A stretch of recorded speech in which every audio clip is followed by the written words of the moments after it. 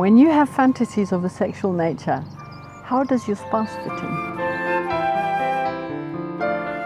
in? Well, God doesn't specifically tell us what to do as a couple in intimacy, but does that mean anything goes? That's a great question. I'm interested to see how you handle this one. So am I. Please share, like, and comment on this video.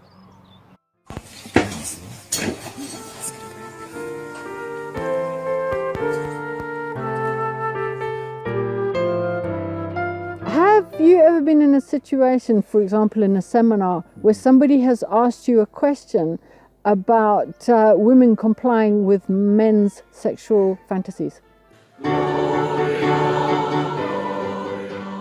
Yes, there was one seminar that I had where one of the men in the congregation asked me, well, shouldn't, with my fantasy, shouldn't my wife do what I want her to do?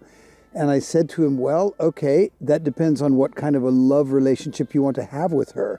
Because if I have a sexual fantasy that I want to play out with you, I have to ask myself the question, are you comfortable with it? If you're not comfortable with it and I push the point, then you become apprehensive about making love to me.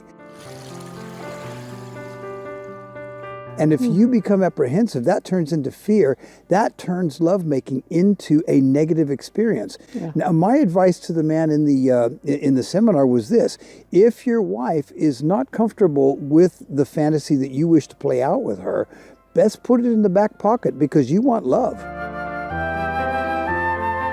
Yeah, and you're not going to get loved like that. Absolutely. You're going to make her afraid. Yeah. Right. So that's how I was brutal with him, but. Listen, if you're going to give fear to your wife, you're not going to expect good lovemaking, are you?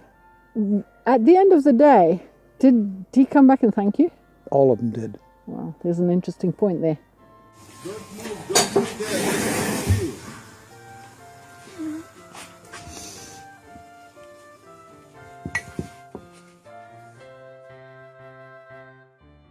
I really appreciated your take on that, Larry. I think it's a struggle that most men have, if they're honest. Well, next week I'm going to ask you a pointed question. In your experience, what would you tell women with regards to their sexual fantasies and their lives with their husbands? That's a tough one. But okay, let's go. Don't miss next week's video. God bless and bye for now. Treasure the other person. What's important to them, make it just as important to you. Yeah, so the bottom line then is a willingness to work together.